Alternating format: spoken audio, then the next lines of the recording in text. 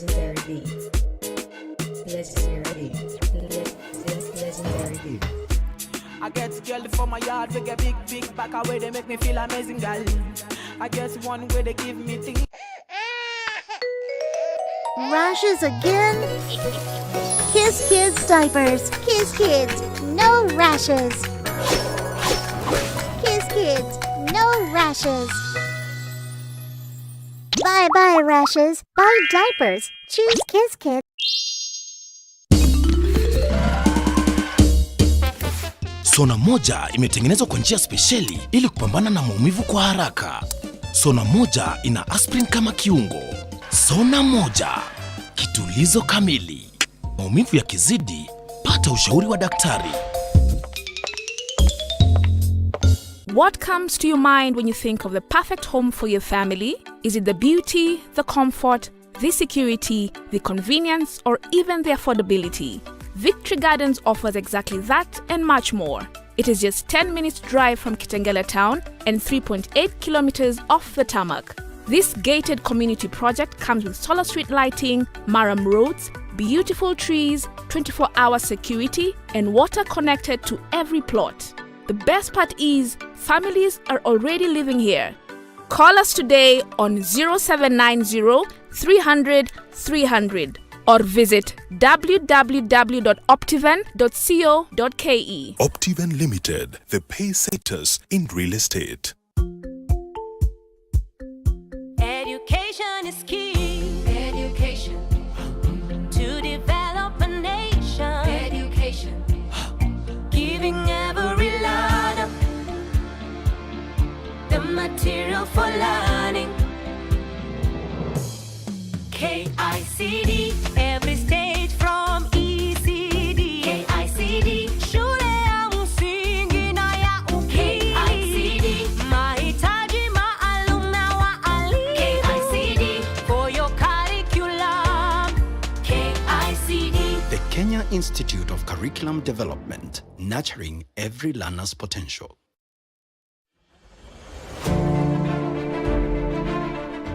Coronavirus disease is now spreading within counties in Kenya, from person to person through contact with droplets when an uninfected person speaks, coughs or sneezes, or through touching contaminated surfaces and objects. Anybody with a weakened body immunity has a greater risk of contracting coronavirus disease. People living with pre-existing medical conditions such as HIV, cancer, TB, diabetes among others must adhere to their treatment to strengthen immunity and therefore should ensure they have a constant supply of necessary medicines. Contact your clinic or health facility for information on how to access treatment. Help others within your network to access adequate supply of essential medicines. Ensure that you remain connected with your local networks for any support and follow the medical guidelines provided by your health facility to prevent coronavirus. Remember to stay updated with information on coronavirus using only trusted reliable channels. For more information on COVID-19, call 719 or dial *719#. COVID-19 is preventable. Protect yourself, your family, and the community. This message has been brought to you by the Government of Kenya and its partners. Legendary beat. My do is final. We see baby baba now. My get wear designer. Everything where I give I'm final. Hello, Mom. Hey, Carol, Mom. How are you? I'm fine, thank you. How's Dad? Your dad is fine. Are you me? You have not sent me the money you promised. I'm so sorry, Mama. I'm gonna do it today. Send it now before you forget again. Okay, no problems. I'll do it now. Check. Are you sure? Yes, so, and I also paid for your cable, and I'm sending you credit for this long call you're making right now. Thank you, my son. God bless you. All right, Mama. I love you so much. Yeah? I'll speak to you later. Legendary beat. Legendary beat. Legendary beat. Legendary beat. I get girl for my yard, we get big back away, they make me feel amazing, girl. I get one way they give With many of us working from home and with our children learning or simply playing at home, we want you to relax and simply love being in your own home. And as our world comes back to life and offices, workplaces and restaurants open up, we promise you, you can't go wrong with Ace. Ace household cleaning products are a sure way of feeling safe and secure in your home. From our multi-purpose surface cleaner to our bathroom cleaner and toilet cleaner and our disinfectant, all of which have antibacterial properties that kill 99.9% of germs. Ace, we make your home feel brand new.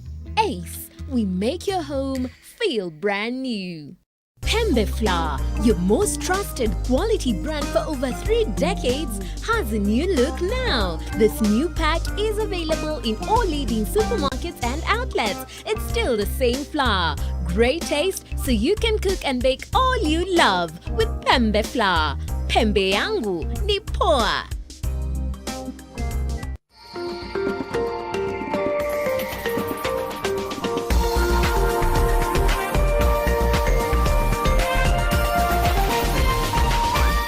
This is NTV.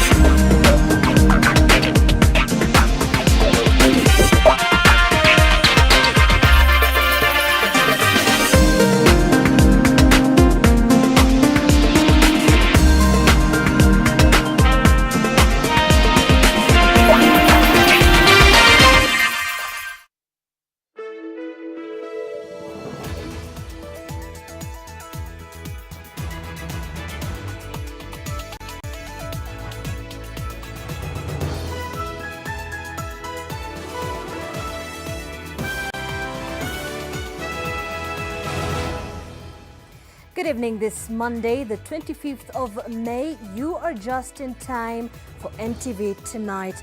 In our coronavirus tracker tonight, over 5.5 million people have so far been infected by the COVID-19 globally, and 348,095 people have died from it. In Africa, the number of confirmed cases now stands at 115,914 cases, while the death toll stands at 3,427. In the USA, over 1.6 million people have been infected and 99,465 people have died from it. We'll take a look at Kenya's situation, but first, the headlines. Tonight, we have 72 individuals testing positive for the virus. Turkana County is the latest to be touched by the pandemic as the number of infections continue to rise. And as the coronavirus claims lives, new life hangs in the balance. If 1 or 2 mothers fail to be able to take their kids for polio, that not only puts Kenya at a risk, but the entire African continent and the entire globe. A closer look at the weight of the pandemic on expectant and young mothers. Plus, communities in Transmara locked in a bitter fight over a bull. Hiyo mishare unafanya nini naye kuanzia saa hii? Tutaingia kwa kila nyumba na tutachichukua. Na ukitaka sisi tusichukue, tuletee. The deadly row claimed 4 lives. And also tonight, unakula kijiko mara moja, mara mbili, ya tatu. 12 people hospitalized as dirty politics soiled relief food distributed in Kikuyu. But what's the deputy president got to do with it? If anybody thinks they will sabotage this program by poisoning the people, first I will tell them, Shetani ashindwe.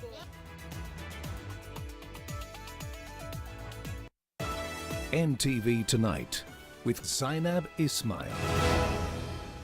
Thank you once again for making the time to be with us. My sign language co-pilot this evening is David Agondoa. Now, Turkana County is the latest to be touched by the coronavirus after an infection was reported in Kakuma. 72 people tested positive in the last 24 hours to bring the national tally to 1,268. But while the number of infections may be on the rise, efforts to find a vaccine have also been accelerated, injecting hope of combating the virus.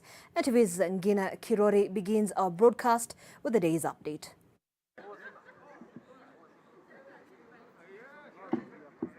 Of the 72 new cases reported in the country in the last 24 hours, 70 of those affected by the virus are Kenyan nationals, which further raises concerns over the extent of locally transmitted infections.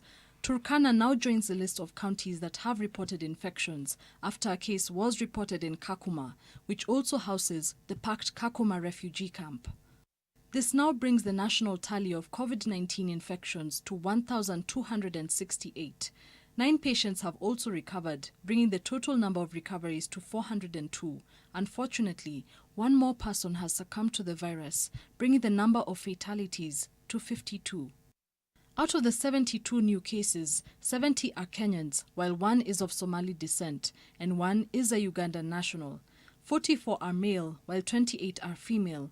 The youngest is 12 years old, while the oldest is 78. The geographical spread of the cases includes Nairobi at 52, Mombasa 11, Kiambu 7, Isiolo 1, while Turkana has 1 case, bringing the total number of counties that have reported infections to 29.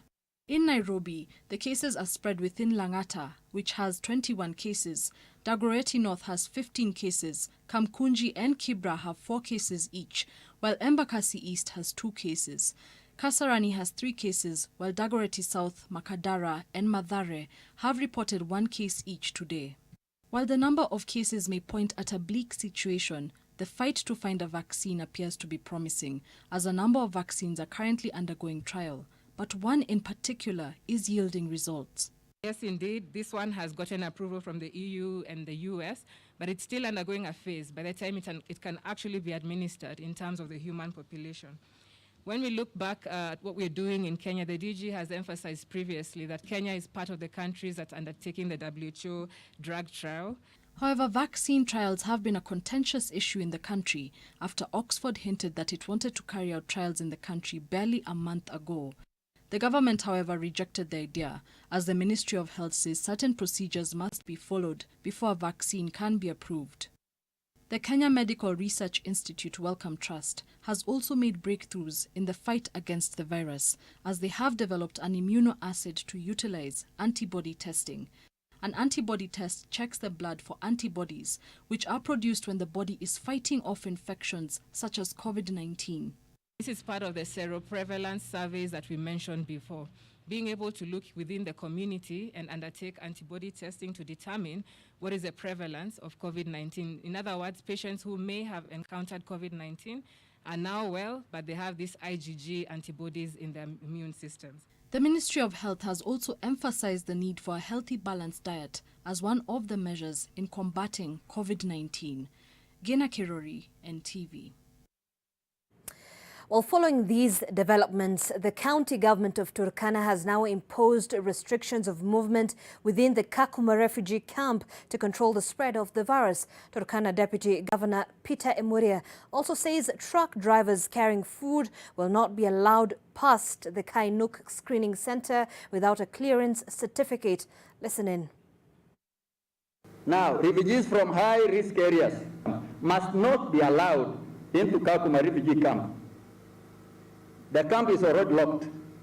I'll call upon partner agencies and other well-wishers to provide support where they can to support and prevent COVID-19 infections in the county. At the same time, the Ministry of Health is raising concern about the number of expectant or young mothers who are no longer seeking crucial antenatal and postnatal care in hospitals for fear of contracting the coronavirus. There are fears this could derail gains made in improving maternal health care. Tonight, Eunice Omolo looks at how, in the age of this deadly virus, new life hangs in the balance. Mishi Kitsao from Kilifi cuddles one of her 4 bundles of joy. Her baby girls were delivered 4 days after Kenya announced the first coronavirus case. Her little bundles were underweight at birth and had to be admitted to the high dependency unit. And with every passing day, she and the doctors at the hospital feared for her children. Mishi is a statement to the disorienting changes that expectant women face in the age of the coronavirus. Expectant women around the country are having to confront an unexpected layer of stress due to the pandemic as healthcare workers rethink how best to offer prenatal care and keep the mothers and their children safe from the virus ravaging the country. Usually as a country, we do have statisticians who work with us and are able to model for us the expected number of deliveries every day in this country annually.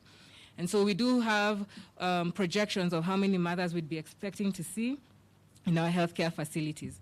When we compare these numbers as at this quarter with how we were last quarter, we are seeing that there's a drop in health-seeking behavior.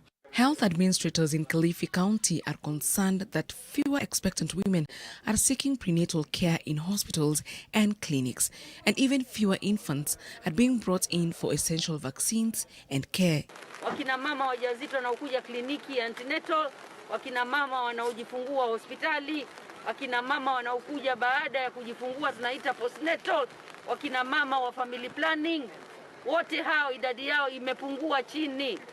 Zote katika public hospitals na private hospitals. The county is now worried about a surge in birth-related complications as mothers shun hospital visits. Piga simu mama, kama unaogopa kafyu huko nyumbani, piga simu. Kama ni hapa hospitali, ambulance ikuje hospitali, ikubebe ikupeleke paka hospitali, uzae hospitali. Ni hatari kuzaa nyumbani kwa sababu una complications nyingi. If a mother fails to take a child for vaccination, for example against polio, we are on track to be able to eradicate polio. So if 1 or 2 mothers fail to be able to take their kids for polio, then it means we cannot be able to reach our target. And that not only puts Kenya at a risk, but the entire African continent and the entire globe. The fear of stigma surrounding COVID-19 now threatens to cripple the gains made in various core pillars of health, including reducing maternal and infant mortality in the country. Eunice Omolo, NTV. All right, thanks, Eunice, for that. Now, were human lives the pawns in a deadly game of political chess? Well, at least 20 people were hospitalized after consuming contaminated food labeled as a donation from the office of the Deputy President. The DP has dismissed these claims that he distributed poisonous food, saying he's been doing so around the country without much incident. His allies allege a dirty political game aimed at discrediting him. NTV's Silas Apollo now reports on the matter that has raised political temperatures and stirred up questions about the safety of donations and response to the coronavirus and the procedures that those donating follow. What was meant as a balm for families hurt by the difficult economic times caused families in Kikuyu constituency, Kiambu County, even more pain. At least 20 of them were hospitalized after consuming food donations suspected to have been poisoned. The package contained sugar, cooking oil, maize flour, and green gram. Unakula kijiko mara moja, mara mbili, ya tatu, unasikia kunywa maji kiwi hapa. Hapa unasikia ni kama kitu inajifunga hapa kwa koo. Sasa mimi kwangu sikuwa na sukari, nikasema hii sukari ndio napikia watoto nayo chai. Hata sasa hivi tunaongea na nyinyi, ulimi unasikia kama ni kuchoma chomwa. Those hospitalized have been complaining of stomach aches, swollen tongues, and even sour throats. Residents say the food had been distributed by unknown people. Na mama nilikuta tu mahali akaniambia wamepewa chakula. Nikamuuliza amepewa na nani? Akaniambia kuna gari imepita hapa inasema ni KJ ametumana chakula ipeano. Wenye waliambiwa watu wapange laini, watu wakakataa, ilibidi irudi na nyuma iende na mbele. Sasa kwenda na mbele walienda wakipeanga watu ukiwa kwa dirisha, wanapatiana kwa dirisha wakiendanga. The incident comes a week after Deputy President William Ruto made a surprise visit to Kikuyu in Kiambu County and distributed food there.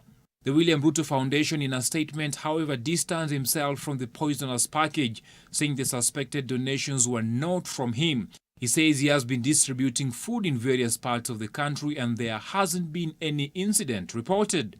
Lakini kama mnataka kupigana na William Ruto, tafadhali go and fight William Ruto. If you want to fight Kimani Ichung'wah, come fight Kimani Ichung'wah. Me, I have given my life for these people of Kikuyu. We have also asked all the people who may have received food within that area over the last couple of days, food that was not designated, to return it. In Dagoretti, police are also investigating another suspect consignment of food donations, labeled as a donation from the Deputy President and area MP John Kiari. Police say a vehicle with 4 occupants was last evening distributing the relief food to vulnerable households. Area MP who lodged a complaint at the Ruruta police station denied he was behind the donation, claiming dirty politics has tainted what was meant as a noble exercise. But as the matter raises political temperatures, it is also raising questions on the safety of food donations and the procedures followed. You are aware that there is a protocol which addresses how food should be able to move from somebody who is donating to those people who are receiving, arising from the challenges which were seen earlier. And one of the critical requirements is that that food must be subjected to some test so that the food is safe for the consumption of the people. The government had in April advised against direct donations, asking donors to instead channel their contribution through the COVID Fund Secretariat, housed at the Kenyatta International Convention Center. To others, it is the publicity associated with such donations, especially from politicians, that has become a matter of concern. Authorities now say investigations have begun into the matter. Our public health, county public health director, with her team, are collecting samples that will be taken for analysis, and we will find out exactly what kind of poisoning or contamination the food had. Silas Apollo, NTV. Well, as that happens, residents of the border towns of Busia and Malaba are expressing fears that their communities could become the next breeding grounds for COVID-19 due to the continued holding of truck drivers for processing before they are allowed across the border. Huge traffic snarl-ups have been building up along roads leading to the border posts where testing and clearance processes are causing delays. Brenda Wanga has more. What has always been a quick dash across the border to deliver cargo has turned into a nightmare for cargo truck drivers. Strict controls by both Uganda and Kenya to contain the spread of the COVID-19 disease have slowed down processes here. Tunahangaika, tunakuwa kama watu wajinga sojielewa, kukaa madereva kupiga kelele na hakuna msingi wote. Kutoka last week yote tunateseka hapa, na isitoshe sisi tukivuka boda tuna tatizo kubwa sana kuelekea upande wa Uganda. Uwezi simama ukakojoa, ukijaribu kusimama ukakojoa unapigwa mawe sababu ambao ni corona. The driver's tasting agony isn't the only cause of concern. Busia town has seen an alarming rise in the number of COVID-19 cases in the last few days. I would like to urge the government of Busia County to become extra vigilant and extra careful because it is a border point. There are a lot of truck drivers in Busia, and you can see that the figures in that county are beginning to grow. Wale wagonjwa ambao wamepatikana katika hii kaunti ya Busia ambao wako Alupe, wagonjwa 10 wote ni wagonjwa wa wale mandereva wale matrucks wa safari mbalimbali. The delays in releasing test results comes on the backdrop of a government directive for truckers to take the test early before setting off for their journeys. We have told the truck drivers to test 48 hours before you get to the border. Don't go to the border to be tested at the border. If we are testing people at the borders who do not hold that COVID-free 19 certificate, we will continue to subject them to our tests at the border. At that point, then, if they are from the Kenyan side, we will have a facility to be able to hold them so that they do not mingle with others and to reduce the chances of transmission of the disease in case some of them are positive. Dhuluma kwa dereva hatambulikani. Unakuja kama hivi hapa kuna watu amepima kutoka tarehe 14 mpaka leo majibu hajapata. But that seems to be taking longer to implement, and the result is a congestion of trucks and their drivers. And now the residents of these towns are concerned. Trela pia zinapanga, wataki wawapime waende. Saa kidogo tu wanawaletea ugonjwa. Saa kidogo tu corona iko kwa watu wa matrela.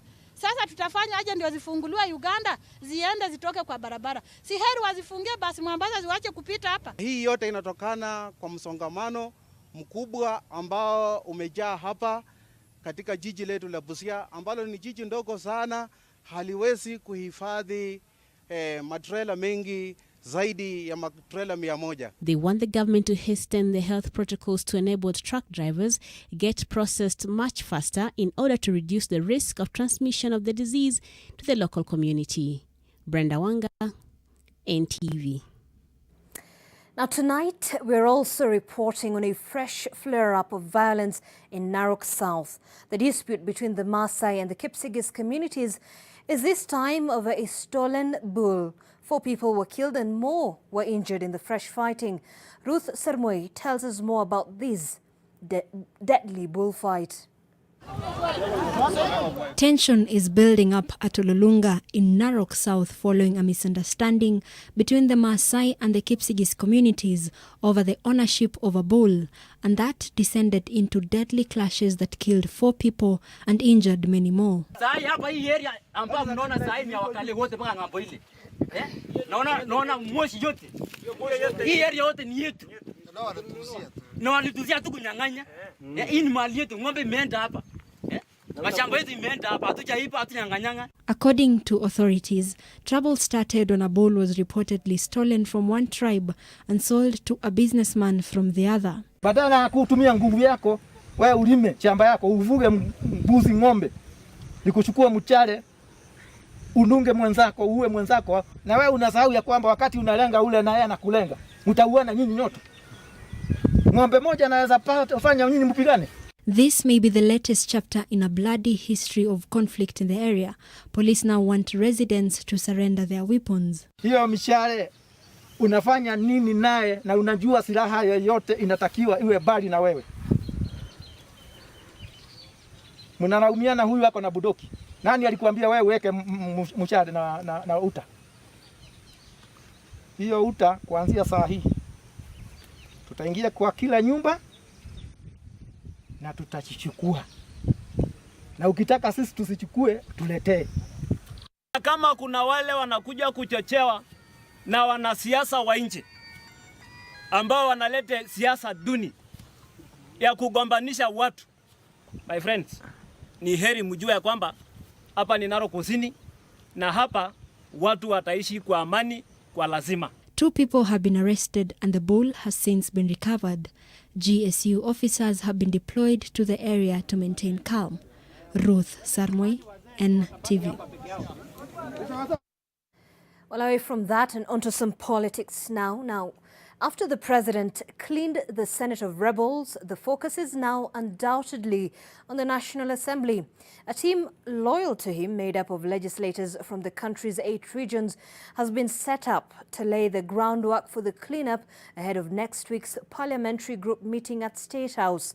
The team, chaired by Kieni Member of Parliament Kanini Kega, met today to go through what was a roll call of sorts of the president's loyal supporters. Those present, however, downplayed the purpose of the meeting, as NTV's senior political reporter Kennedy Muridhi now tells us. The ongoing spring cleaning in the House of Jubilee now targets the National Assembly. A team has been set up to work out just what detergents to use to remove the stain of rebellion from the ruling party.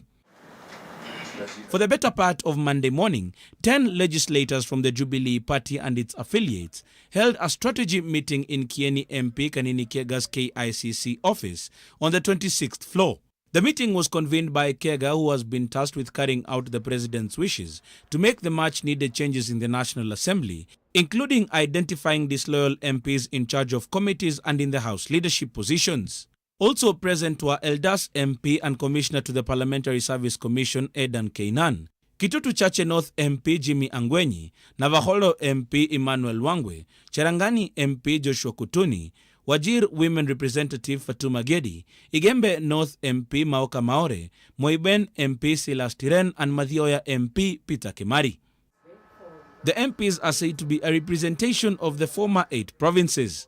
The legislators are expected to lay the groundwork for the purge ahead of the parliamentary group meeting next week. For us, we are having tea, we are colleagues, we are age mates, and of course, there are many things that age mates discuss. And you know, today is a holiday, so and we are comparing notes. Ni kwamba sisi tumepewa nafasi na rais kumfanyia kazi, na kati ya agenda ambazo sisi tunazijua rais ameziweka mezani, ya kwanza ni agenda 4, pili tuna handshake, 3 tuna BBI, ya 4 ni kujaribu kuangalia na kutazama kwa makini jinsi tunaweza kuregesha heshima ya rais ndani ya bunge. You know very well this economic stimulus has to pass and the president has given us 1 billion. We hope to put that money to proper use. The team has distanced itself from talk of an impeachment motion targeting the Deputy President William Ruto, which they have dismissed as propaganda from the Tanga wing. I know Honorable Kanini Kega has a motion ready for impeachment of the Deputy President William Ruto. And I'm just wondering, and I want to ask Honorable Kanini, Ruto was fired by Uhuru Kenyatta a long time ago. Why are we firing him twice? I think this is a scheme to try and whip public emotions, to try and gain sympathy, and I don't know where they're heading to. So for me, I want to say in no uncertain terms that we have no motion to impeach the Deputy President. We have no intention to do that because that is not part of our agenda. Hali ya Tanga imekuwa ni tetezi. Hali yao mahali ambapo wanatembelea na kusimamia imekuwa telezi. Wanajaribu kutafuta sababu ambayo itawapatia huruma kutoka kwa wananchi. The team, however, says some of the leaders targeted for the purge may be spared if they toe the line. Kennedy Muredhi, NTV. Meanwhile, members of parliament from the NASA coalition parties are set to meet on Thursday to discuss a purge on errant MPs and agree on the composition of House committees. In your Daily Nation tomorrow, read about the formula being proposed in the sharing of positions between NASA and Jubilee sides in the leadership of the House. Plus, the grave robbers of Langata Cemetery who steal metal barricades for sale as scrap. Do not miss your copy.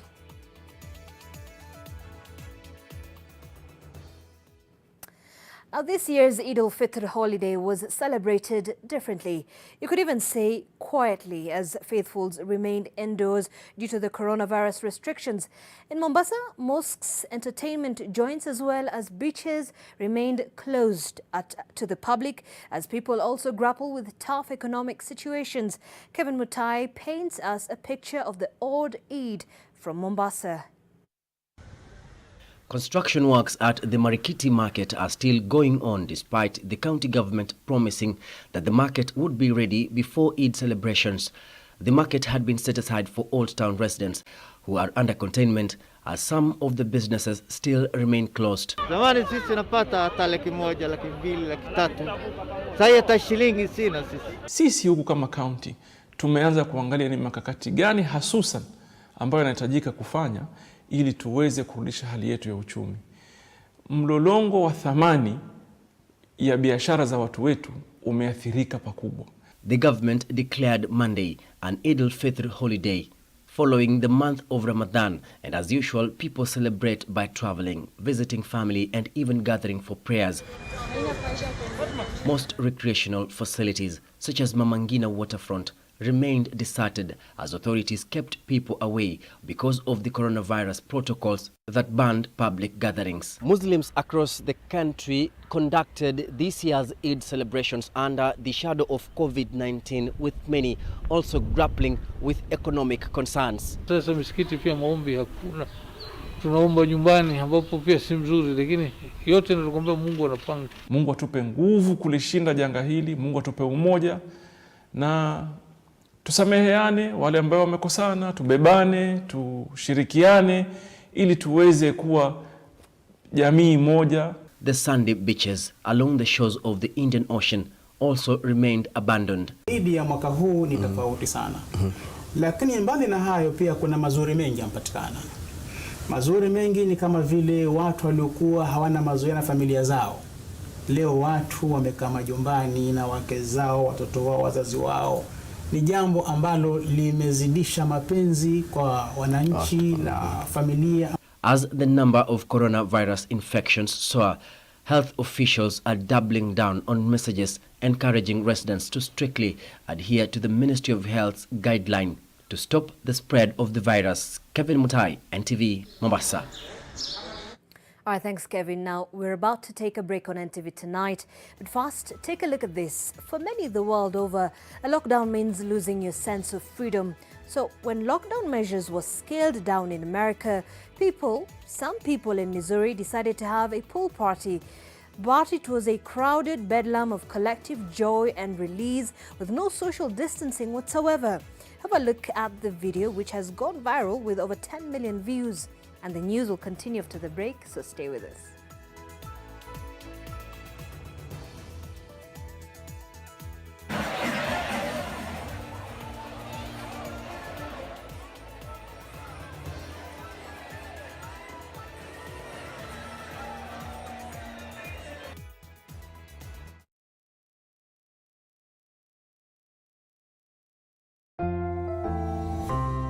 The risk of illness-causing germs is increasing. It is believed that the coronavirus can remain on surfaces in your home for up to 9 days. Touching infected surfaces is one of the ways in which germs spread. Regularly disinfect your floors, countertops, and kitchen surfaces with bleach. And use an effective toilet cleaner inside and outside your toilet bowl. This message is brought to you by Medifacts, JIC, and Harpic.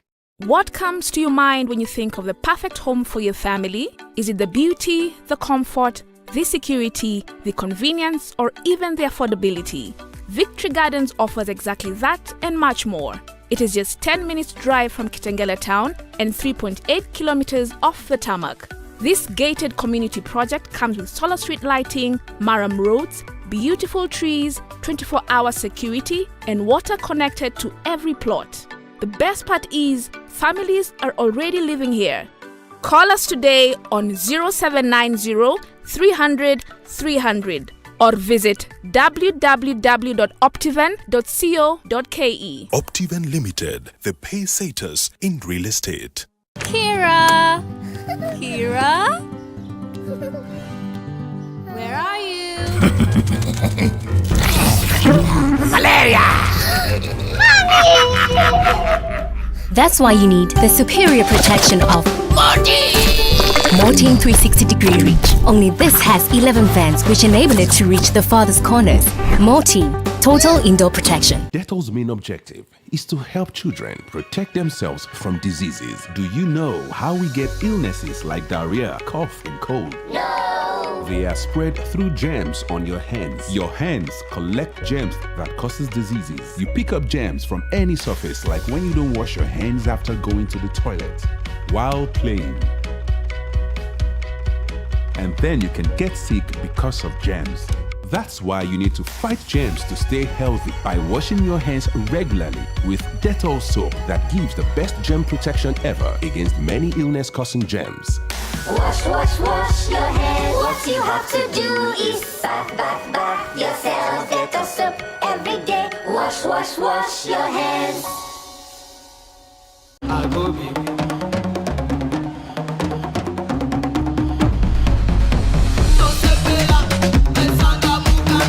I'm on top of Africa.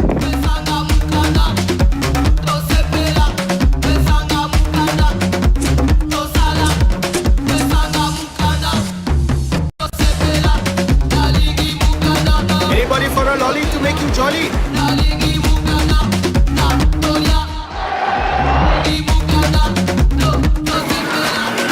This is history unfolding.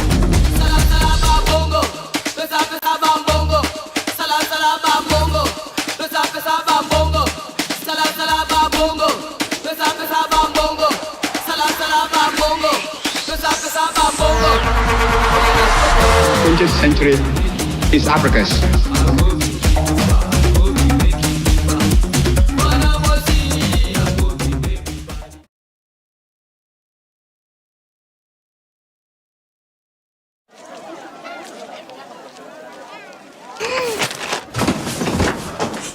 Your gums hurt? Yeah. Does your toothpaste contain sage, eucalyptus, myrrh, chamomile? All that in one toothpaste? Yes, try Colgate Herbal. Colgate Herbal contains nature's best herbs and Colgate's fluoride technology to give you strong teeth and healthy gums. Ah, Colgate Herbal. Let's go. Colgate Herbal for strong teeth and healthy gums naturally. Disinfect and protect your home with Jik. Jik kills 99.9% of illness-causing germs. Disinfect floors, kitchen and bathroom surfaces, and wash white clothes, towels, and dishcloths with Jik bleach. Just Jik it.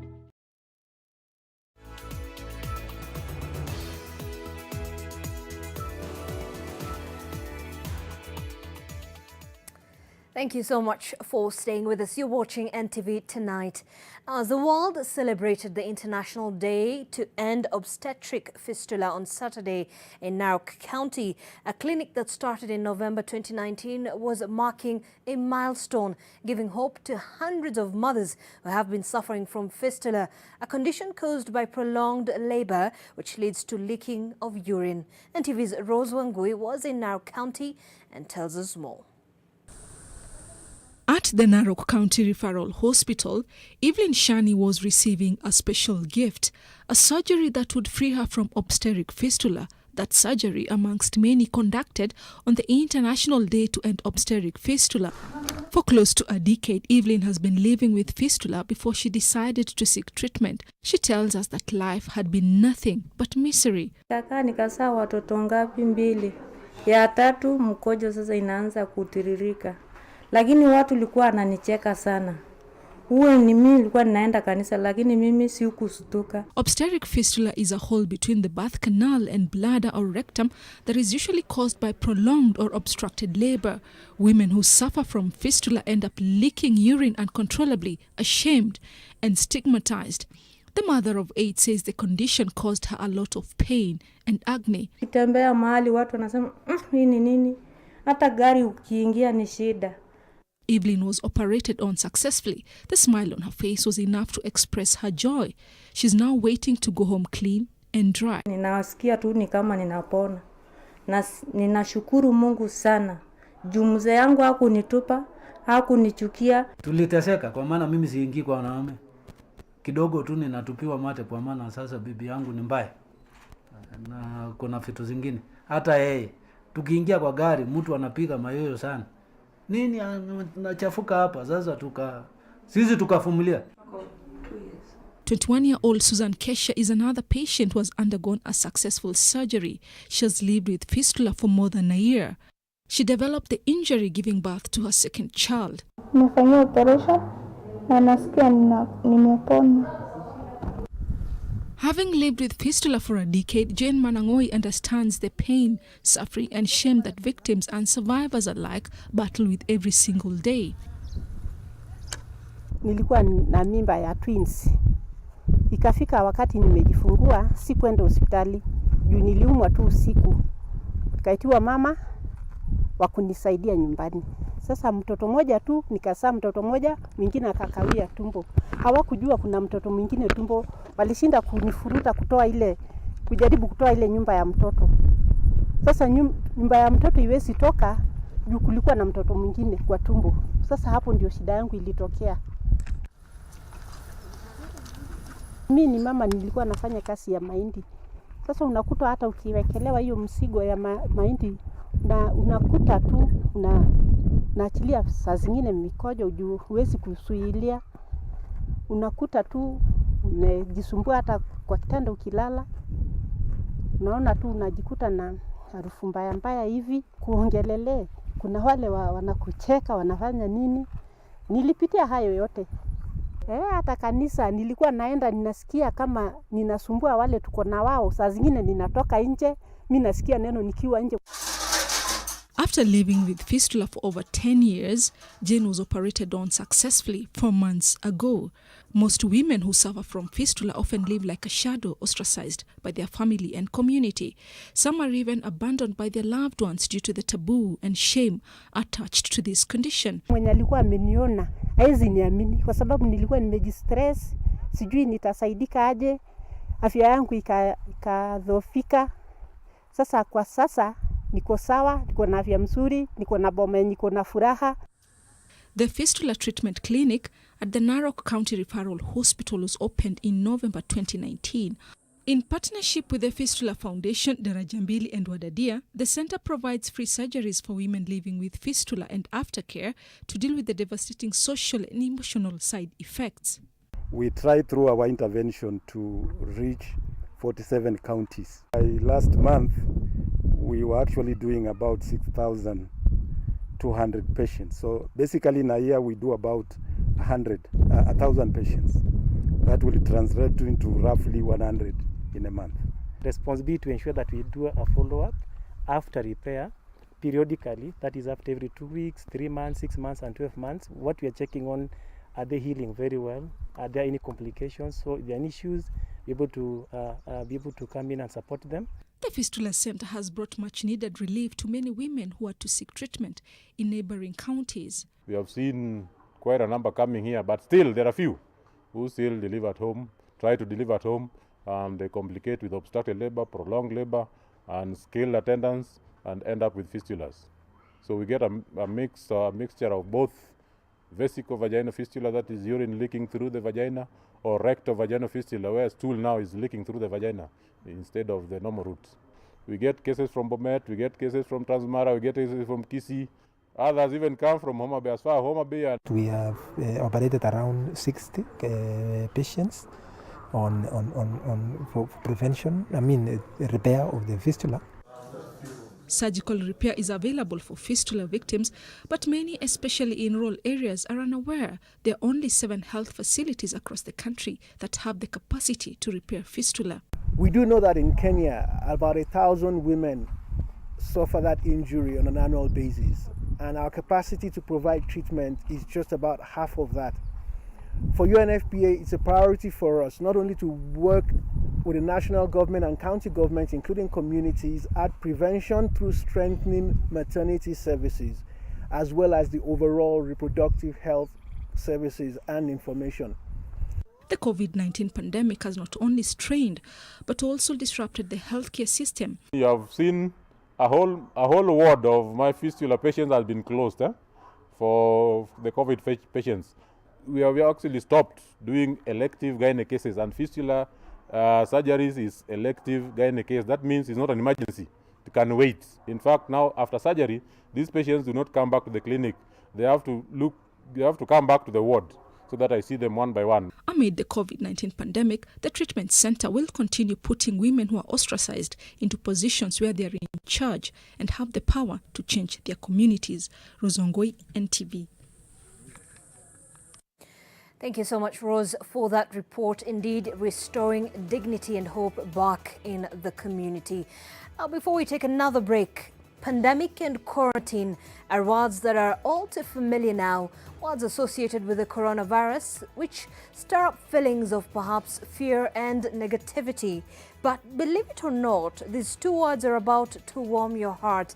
Take a look at these 2 puma cubs born at the Africa Bio Zoo in Mexico. And their names are, well, pandemic and quarantine. The zoo owner named them after the worldwide pandemic and the situation they were born in. We'll be back.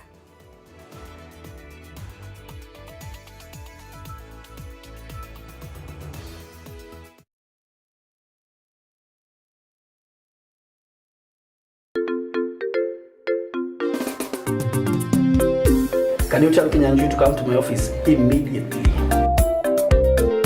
Good morning. Good morning. Mimi sipendi unapanguza floor. Hiyo dust uache hapa kwa meza. Clean up.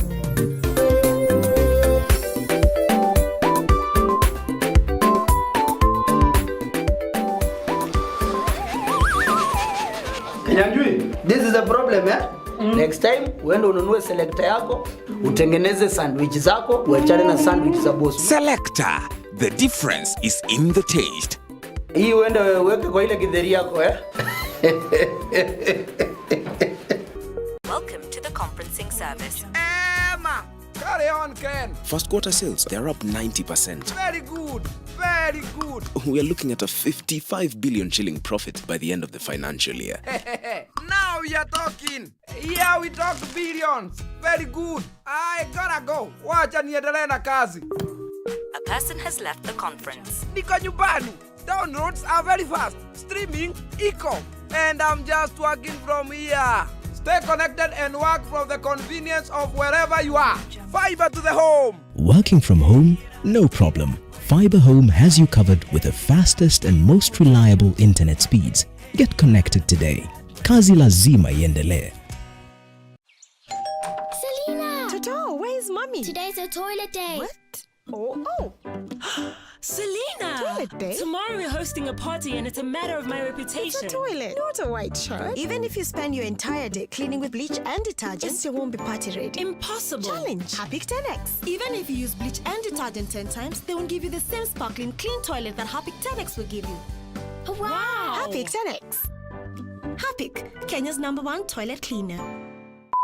I'm here today to give you a few tips about how we're able to flatten the curve and curb the spread of this virus. Ensure you wash your hands as often as possible with soap and running water. Stay at home to protect yourself, your family and your loved ones. If you have to leave the house, ensure you wear a mask. And if you live with small kids, ensure they wear the mask too. While outside there, ensure you keep your social distance, which is 1.5 meters as recommended. In these difficult times, we are calling on brands and businesses to do good and give back. As a business, avail your resources and time to the less fortunate and help curb the spread of the virus.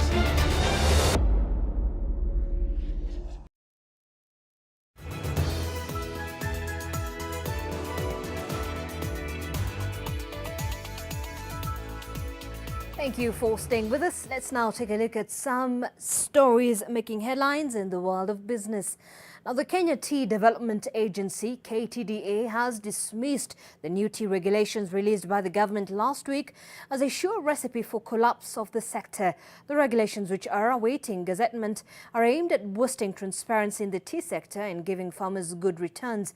Victor Kiprop with a brewing storm in the teacup. Just a few days after the Agriculture Ministry forwarded the final copy of the new tea regulations for gazettement, the Kenya Tea Development Agency KTDA, which controls more than 60% of the total tea produced in the country, has come out guns blazing. This would be the beginning of the end of the tea industry in Kenya as we know it. And the government must be very careful what they are doing today. The new regulations cap agency management fees for smallholder tea factories at 1.5% of the gross value of teas sold at the auction, down from 2.5%. They further banned the direct sale of tea outside the country except for orthodox and purple teas, in favor of sale through the Mombasa tea auction, dealing a blow to both KTDA, which controls 69 factories, and its subsidiary Chai Trading, which is registered as a direct export agent. They have very adverse effect. Some buyers are concerned. I can tell you many have written. They are very concerned what is going to happen in Kenya. The government, however, says KTDA is largely responsible for the structural challenges facing the country's tea sector, accusing it of, among many other things, using its dominant position to undermine trading at the auction. KTDA has created all those subsidiaries. Some are even created to buy equipment, the latest. That's what KTDA is supposed to be doing. They are thinking, what other burden can we put on the farmer? Oh, this is farmers' money. The regulations also require proceeds from the sale of tea to be remitted to the factories within 14 days. The factories are to then pay tea farmers at least 50% of the value of their green tea delivered every month within 30 days. The remainder is said to be paid within the financial year as bonus. Factory directors shall also be elected through a democratic one-man, one-vote basis and will serve for a term of 3 years, which is renewable once. They are favoring us sana sisi wakulima kwa sababu katikati ya serikali na sisi hakutakuwa na ile corruption kama vile kuna corruption katikati ya wafanyakazi wenye wako ndani ya factory kama directors na wakulima. KTDA has also told farmers to brace for lower bonuses this year due to overproduction. Victor Kiprop, NTV. Now, the government has decided to waive license fees for filmmakers during this COVID-19 pandemic season. ICT, Innovation and Youth Affairs Cabinet Secretary Joe Musheru says that there are talks with county governments to ease the burden of taxes on the industry. The country's film industry has lost about 1.3 billion shillings to the pandemic, according to a survey by the Kenya Film Commission. This has come with cancellation of projects, indefinite suspension of others and loss of jobs. He was speaking on a special broadcast on the film industry earlier this evening on NTV. Now with the COVID-19 and the issues that the pandemic has posed, we've already had discussions with the KFCB. So we're going to waiver the taxes, at the national level. We've had conversations even at the county level, and we have seen many governors actually taking this up. If you go to Machakos, if you go to Laikipia, the governors there have already accepted that they don't have to charge people for filming. And I expect this is going to be carried across all the different counties because, one, film is being used to tell the story of the different counties. And we want people now, with the international tourism disappearing, as we continue to see the pandemic being managed and maybe easing, then we're going to see a lot more local tourism. But how are people going to know about it? It's through film. So there's a lot of opportunity for young people to be able to get into the sector, start filming, and they work with the experienced producers so that they can be able to now take advantage. But what we've done is we're looking at how we harmonize so that when you come in with the incentives that we're putting in place, you have one tax for both national, county, wherever it is that you want to film, so that it is easier. So that process is ongoing, and we expect shortly we'll make the announcement on it. And the share prices of select blue chip stocks at the Nairobi bourse have gone up since Kenya imposed a dusk to dawn curfew over COVID-19 that has hit businesses, underlining the diverging stock market and household fortunes. Grab your copy of the Daily tomorrow and read more about how these listed blue chip firms defied the pandemic to grow their NSE wealth. Do not miss your copy.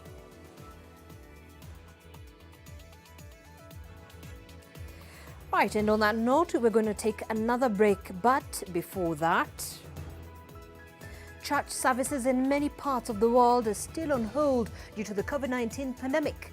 But one pastor in Northern Ireland has refused to let the coronavirus put an end to his sermons. He conducted a drive-in Sunday service where 70 vehicles parked in ranks before an improvised altar atop a potato truck. The reality for him, however, was that he was preaching while looking at number plates rather than faces.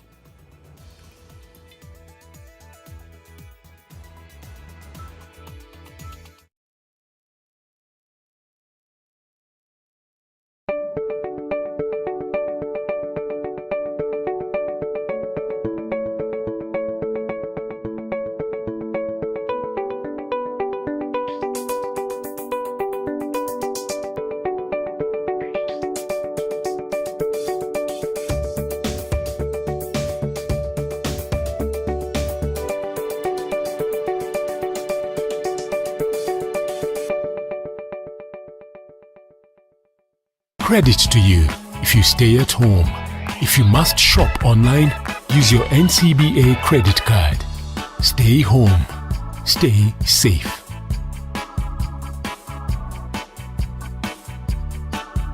For a better tomorrow, don't forget to do the 1, 2, 3 with Colgate every night.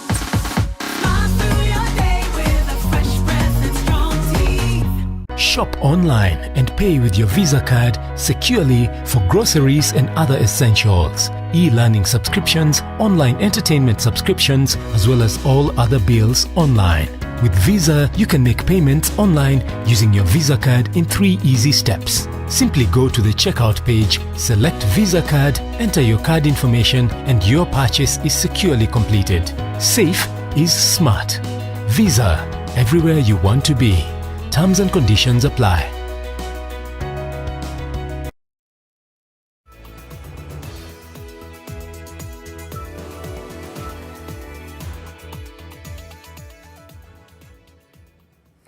We're glad you could stay with us. Let's now take a look at some of the stories making headlines globally.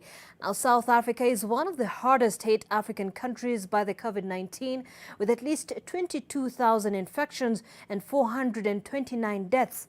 But next month, the country is moving into level 3, a 5-tier coronavirus lockdown next month, and a controversial ban on the sale of alcohol will be lifted for home consumption. A ban on the sale of cigarettes remains in place. Moving to alert level 3 marks a significant shift in our approach to the pandemic. This will result in the opening up of the economy and the removal of a number of restrictions on the movement of people, while significantly expanding and intensifying our public health interventions. Alcohol will be sold for home consumption only under strict conditions on specified days and for limited hours. Certain high-risk economic activities will remain prohibited. These include places such as restaurants, bars, taverns, except for delivery or collection of food. Accommodation and domestic air travel, except for business travel, which will be phased in on dates to be announced. Well, humans have been eating insects for thousands of years, and they remain a common food in many countries in Asia, Africa, Latin America, and Oceania. And in Japan, a 26-year-old man has taken his love for insects into the kitchen. Have a look.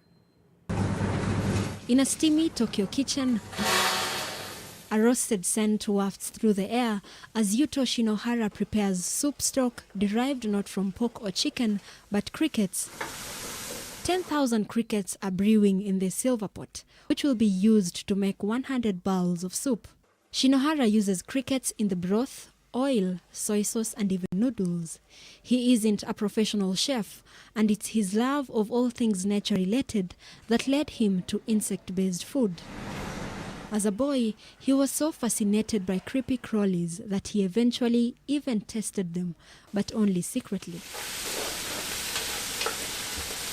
Shinohara and his team, named Ant Cicada, originally planned to open a restaurant in downtown Tokyo in April, but the plan is now on hold due to the COVID-19 pandemic. Instead, they have designed a home cooking package of cricket ramen and sold 600 sets online as of mid-May. Shinohara is a strong proponent of eating insects, but sees them instead as a delicacy that should be savored. Well, I'd like to know what your thoughts are on that. Now, before we play on sports, have a look at how children got a chance to play. Well, this was part of their Eid celebrations in Syria's northwestern city of Idlib. Families gathered at a makeshift playground to mark the end of the holy fasting month of Ramadan, which was mostly marked in a somber way around the world. Here is that. We'll be back in a moment.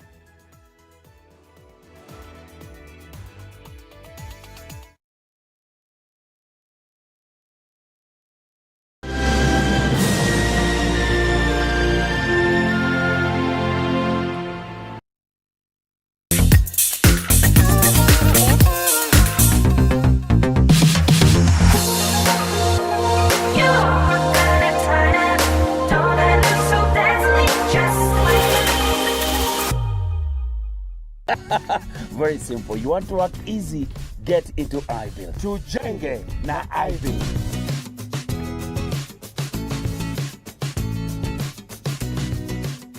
Change your baby's diaper often and as soon as possible after bowel movements. Gently clean the area with mild soap and water or baby wipes. Have a clean diaper. Use diaper ointment to prevent diaper burn, diaper wipes or a container of warm water and a clean washcloth or cotton balls. Kiss Kids diapers. Kiss Kids. No rashes. Kiss Kids. No rashes. Bye-bye rashes. Buy diapers. Choose Kiss Kids. What comes to your mind when you think of the perfect home for your family? Is it the beauty, the comfort, the security, the convenience, or even the affordability? Victory Gardens offers exactly that and much more. It is just 10 minutes drive from Kitengela town and 3.8 kilometers off the tarmac. This gated community project comes with solar street lighting, Maram roads, beautiful trees, 24-hour security, and water connected to every plot. The best part is, families are already living here. Call us today on 0790 300 300 or visit www.optiven.co.ke. Optiven Limited, the pacesetters in real estate.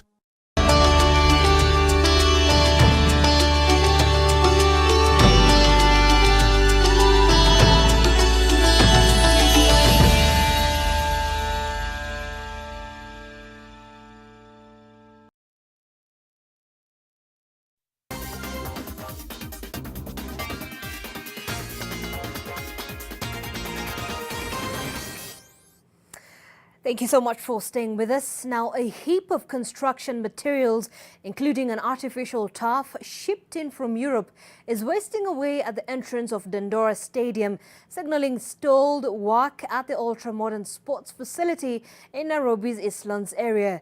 The 3,000-seater facility was touted as Nairobi Governor Mike Sonko's main contribution to the sports in the county.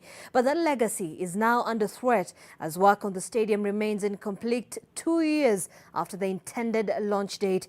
The contractor left the site while work on the stadium was 80% done last September after being flagged by the Ethics and Anti-Corruption Commission officials for allegedly using substandard materials in construction.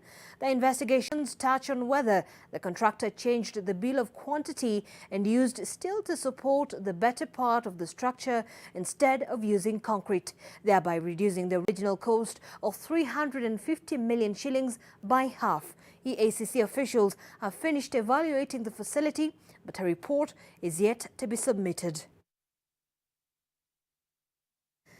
Now, the Premier League clubs will vote on proposals for a return to contract training on Wednesday as the English top flight seeks to take another step closer to resuming the season next month. New guidelines by the UK government issued on Sunday allow for the return of close contact training, including tackling, to help players step up their match fitness ahead of a return to competitive action. Results of the latest round of COVID-19 testing, which is taking place on Monday and Tuesday, will also be published on Wednesday. 8 cases of coronavirus among players and staff have been detected from 1,744 tests in the Premier League. In the Championship, just 2 positive tests were registered from the 1,014 tests.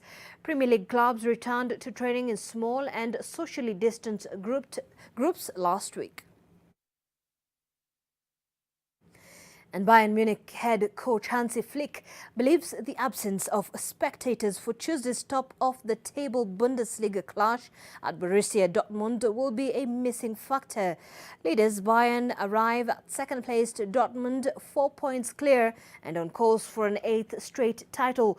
Since the Bundesliga resumed 10 days ago behind locked doors due to the coronavirus, home advantage has counted for little, with 10 of the 18 games played won by the away team.